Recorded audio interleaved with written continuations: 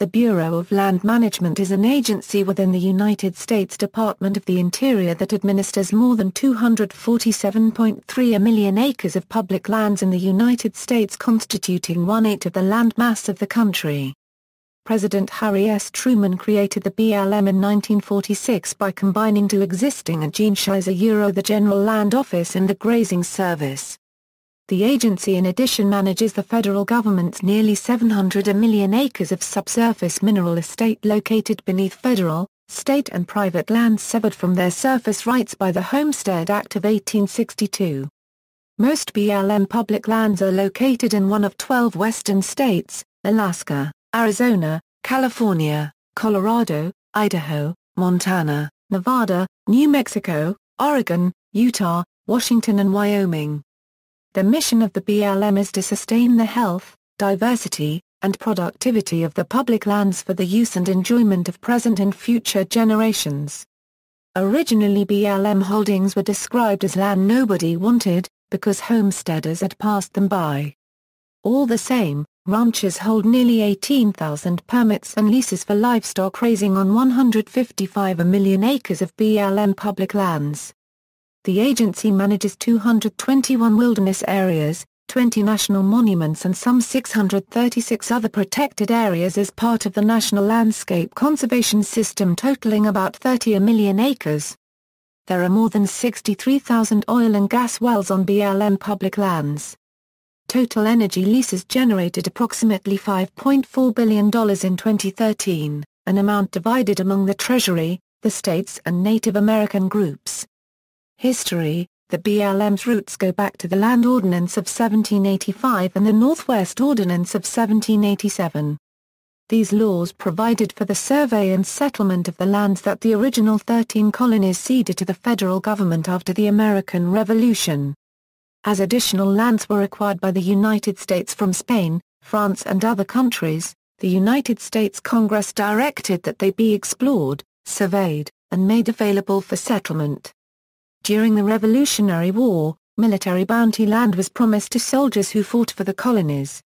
After the war, the Treaty of Paris of 1783, signed by the United States, England, France, and Spain, ceded territory to the United States.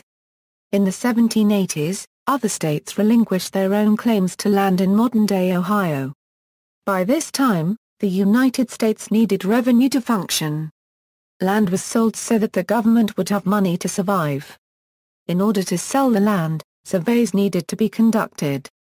The Land Ordinance of 1785 instructed a geographer to oversee this work as undertaken by a group of surveyors. The first years of surveying were completed by trial and error. Once the territory of Ohio had been surveyed, a modern public land survey system had been developed. In 1812, Congress established the General Land Office as part of the Department of the Treasury to oversee the disposition of these federal lands. By the early 1800s, promised bounty land claims were finally fulfilled. Over the years, other bounty land and homestead laws were enacted to dispose of federal land. Several different types of patents existed. These include cash entry, credit, homestead, Indian, military warrants, mineral certificates, private land claims, railroads, state selections, swamps, town sites, and town lots. A system of local land offices spread throughout the territories, patenting land that was surveyed via the corresponding office of the Surveyor General of a particular territory. This pattern gradually spread across the entire United States. The laws that spurred this system, with the exception of the General Mining Law of 1872 and the Desert Land Act of 1877, have since been repealed or superseded. In the early 20th century, Congress took additional steps toward recognizing the value of the assets on public lands and directed the executive branch to manage activities on the remaining public lands. The Mineral Leasing Act of 1920 allowed leasing, exploration, and production of selected commodities, such as coal, oil, gas, and sodium, to take place on public lands. The Taylor Grazing Act of 1934 established the United States Grazing Service to manage the public rangelands by establishment of advisory boards that set grazing fees. The Oregon and California Revested Land Sustained Yield Management Act of 1937, commonly referred as the O&C Act, required sustained yield management of the timberlands in western Oregon. In 1946, the Grazing Service was merged with the General Land Office to form the Bureau of Land Management within the Department of the Interior. It took several years for this new agency to integrate and reorganize. In the end, the Bureau of Land Management became less focused on land disposal and more focused on the long-term management and preservation of the land. The agency achieved its current form by combining offices in the western states and creating a corresponding office for land both east of and alongside the Mississippi River. As a matter of course, BLM's emphasis fell on activities in the western states as most of the mining, land sales, and federally owned areas are located west of the Mississippi. BLM personnel on the ground have typically been oriented toward local interests, while bureau management in Washington are led by presidential guidance. By means of the Federal Land Policy and Management Act of 1976, Congress created a more unified bureau mission and recognized the value of the remaining public land by declaring that these lands would remain in public ownership. The law directed that these lands be managed with a view toward multiple use defined as management of the public lands and their various resource values so that they are utilized in the combination that will best meet the present and future needs of the American people. Since the Reagan years of the 1980s, Republicans have often given priority to local control and to grazing, mining and petroleum production, while Democrats have more often emphasized environmental concerns even when granting mining and drilling leases. In September 1996, then-President Bill Clinton used his authority under the Antiquities Act to establish the Grand Staircase Escalante National Monument in southern Utah, the first of now 20 national monuments established on BLM lands and managed by the agency. The establishment of Grand Staircase Escalante foreshadowed later creation of the BLM's National Landscape Conservation System in 2000. Use of the Antiquities Act authority, to the extent it effectively scuttled a coal mine to have been operated by Andalex Resources, delighted recreation and conservation enthusiasts but set up larger confrontations with state and local authorities. The changing demographics in the western states have led some to suggest that the BLM, long derided as the Bureau of Livestock and Mines, is in the midst of becoming the Bureau of Landscapes and Monuments. BLM programs. Grazing. The BLM manages livestock grazing on nearly 155 million acres under the Taylor Grazing Act of 1934. The agency has granted more than 18,000 permits and leases to ranchers who graze their livestock, mostly cattle and sheep, at least part of the year on BLM public lands. Permits and leases generally cover a 10-year period and are renewable if the BLM determines that the terms and conditions of the expiring permit or lease are being met. The federal grazing fee is adjusted annually and is calculated using a formula originally set by Congress in the Public Rangelands Improvement Act of 1978. Under this formula, the grazing fee cannot fall below $1.35 per animal unit month, nor can any fee increase or decrease exceed 25% of the previous year a Euro unregistered trademark S level. The grazing fee for 2014 was set at $1.35 per AUM, the same level as for 2013. Over time there has been a gradual decrease in the amount of grazing that takes place on BLM-managed land. Grazing on public lands has declined from 18.2 million AUMs in 1954 to 7.9 million AUMs in 2013. Mining. Domestic production from over 63,000 federal onshore oil and gas wells on BLM lands accounts for 11% of the natural gas supply and 5% of the oil supply in the United States. BLM has on record a total of 290,000 mining claims under the General Mining Law of 1872. Coal leases. The BLM holds the coal mineral estate to more than 570 million acres where the owner of the surface is the federal government, a state or local government, or a private entity. As of 2013, the BLM had competitively granted 309 leases for coal mining to 474,252 acres, an increase of 13,487 acres or nearly 3% increase in land subject to coal production over 10 years' time. Recreation. The BLM administers 205,498 miles of fishable streams, 2.2 million acres of lakes and reservoirs, 6,600 miles of floatable rivers, over 500 boating access points, 69 national backcountry byways, and 300 watchable wildlife sites. The agency also manages 4,500 miles of National Scenic, National Historic and National Recreation Trail, as well as thousands of miles of multiple-use trails used by motorcyclists, hikers, equestrians, and mountain bikers. In 2013, BLM lands received an estimated 61.7 million recreational visitors. California Desert Conservation Area. The California Desert Conservation Area covers 25 million acres of land in Southern California designated by Congress in 1976 by means of the Federal Land Policy and Management Act. BLM is charged with administering about 10 million acres of this fragile area with its potential for multiple uses in mind. Timberlands.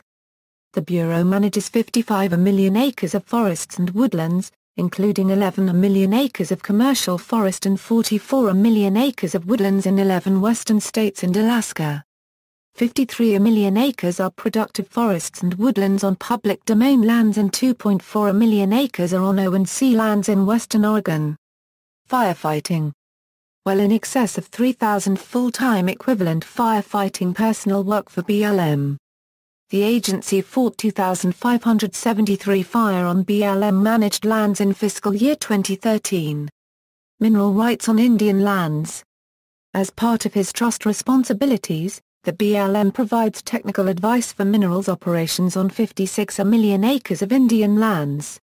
Cadastral surveys. The BLM is the official record keeper for over 200 years' worth of cadastral survey records and plats as part of the public land survey system. In addition, the Bureau still completes numerous new surveys each year, mostly in Alaska, and conducts resurveys to restore obliterated or lost original surveys. Abandoned mines. BLM maintains an inventory of known abandoned mines on the lands it manages. As of April 2014, the inventory contained nearly 46,000 sites and 85,000 other features. Approximately 23% of the sites had either been remediated, had reclamation actions planned or underway, or did not require further action. The remaining sites require further investigation. A 2008 Inspector General report alleges that BLM has for decades neglected the dangers represented by these abandoned mines. Energy corridors. Approximately 5,000 miles of energy corridors for pipelines and transmission lines are located on BLM-managed lands. Helium. BLM operates the National Helium Reserve near Amarillo, Texas, a program begun in 1925 during the time of the Zeppelin Wars. Though the reserve had been set to be moved to private hands, it remains subject to oversight of the BLM under the provisions of the unanimously passed Responsible Helium Administration and Stewardship Act of 2013. Revenue and fees. The BLM produces significant revenue for the United States budget. In 2009, public lands were expected to generate an estimated $6.2 billion in revenues, mostly from energy development. Nearly 43.5% of these funds are provided directly to states and counties to support roads, schools, and other community needs. National Landscape Conservation System. Established in 2000, the National Landscape Conservation System is overseen by the BLM. The National Landscape Conservation System lands constitute just about 12% of the lands managed by the BLM. Congress passed Title II of the Omnibus Public Land Management Act of 2009 to make the system a permanent part of the public lands protection system in the United States. By designating these areas for conservation, the law directed the BLM to ensure these places are protected for future generations, similar to national parks and wildlife refuges. Source: BLM Resources and Statistics, Law Enforcement and Security. The BLM, through its Office of Law Enforcement and Security, functions as a federal law enforcement agency of the United States government. BLM law enforcement rangers and special agents receive their training through Federal Law Enforcement Training Center. Full-time staffing for these positions approaches 300. Uniformed rangers enforce laws and regulations governing BLM lands and resources. As part of that mission, these BLM rangers carry firearms, defensive equipment, make arrests, execute search warrants, complete reports and testify in court. They seek to establish a regular and recurring presence on a vast amount of public lands, roads and recreation sites. They focus on the protection of natural and cultural resources, other BLM employees and visitors. Given the many locations of BLM public lands, these rangers use canines, helicopters, snowmobiles, dirt bikes and boats to perform their duties. By contrast, BLM special agents are criminal investigators who plan and conduct investigations concerning possible violations of criminal and administrative provisions of the BLM and other statutes under the United States Code.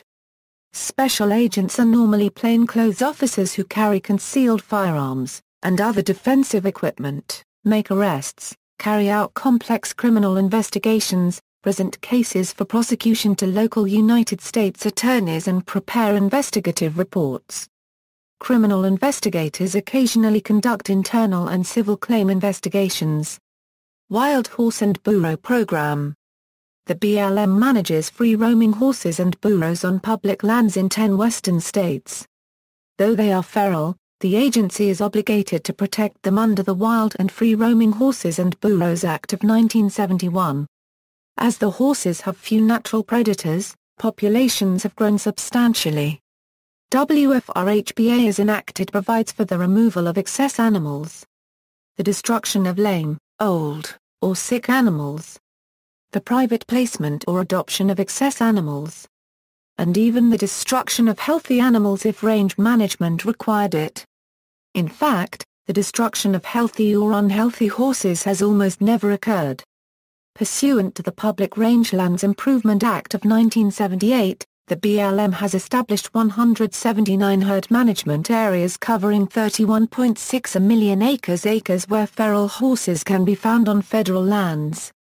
In 1973, BLM began a pilot project on the Pryor Mountains Wild Horse Range known as the Adopt a Horse Initiative.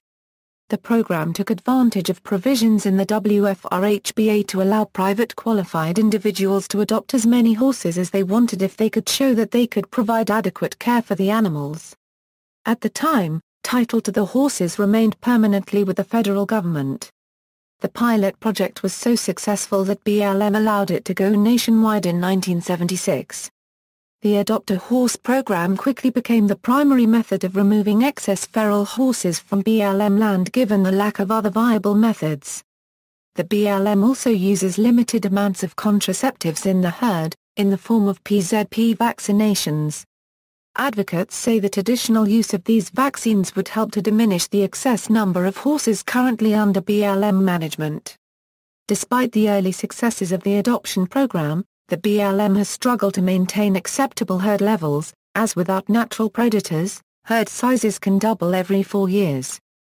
As of 2014, there were more than 49,000 horses and burros on BLM-managed land, exceeding the BLM's estimated appropriate management level by almost 22,500.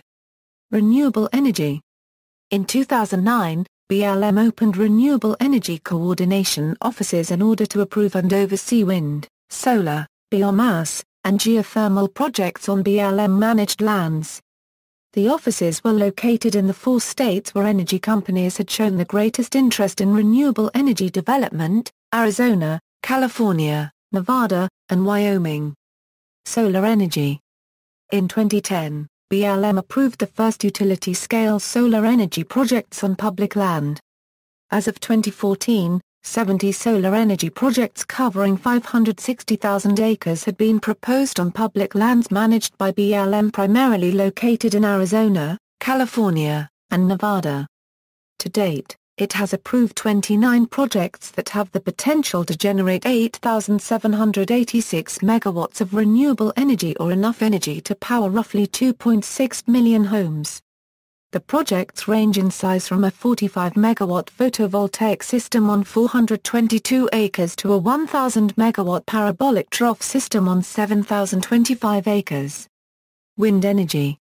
BLM manages 20.6 million acres of public lands with wind potential. It has authorized 39 wind energy development projects with a total approved capacity of 5,557 megawatts, or enough to supply the power needs of over 1.5 million homes.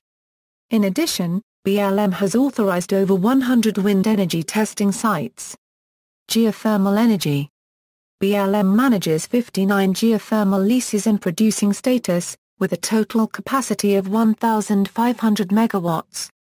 This amounts to over 40% of the geothermal energy capacity in the United States. Biomass and bioenergy. Its large portfolio of productive timberlands leaves BLM with woody biomass among its line of forest products. The biomass is composed of smaller diameter materials, and other debris that result from timber production and forest management. Though the use of these materials as a renewable resource is nascent, the agency is engaged in pilot projects to increase the use of its biomass supplies in bioenergy programs. Directors, references. Further reading.